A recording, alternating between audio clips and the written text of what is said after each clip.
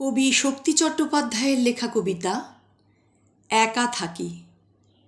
জঙ্গলে খুঁজেছি পাখি, একা থাকি, তাই ভয় করে যদি কোনো দুঃখ এসে আমার সমস্ত চেপে ধরে বলে, বন্দি হও, তুমি একলা থাকো কেন?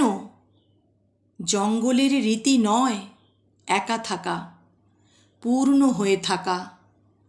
জঙ্গলের রীতি হলো টুকরো হাওয়া, ডালপালা জুড়ে দুহাত বিছিয়ে থাকা। যদি দেখা হয় সঙ্গে কারো, তার সঙ্গে পা বাড়াবো জঙ্গলের মধ্যে দিয়ে আরও দূর জঙ্গলের দিকে, যেখানে পাথরে ঝর্ণা শুয়ে ছড়িয়ে চুলের রাশি।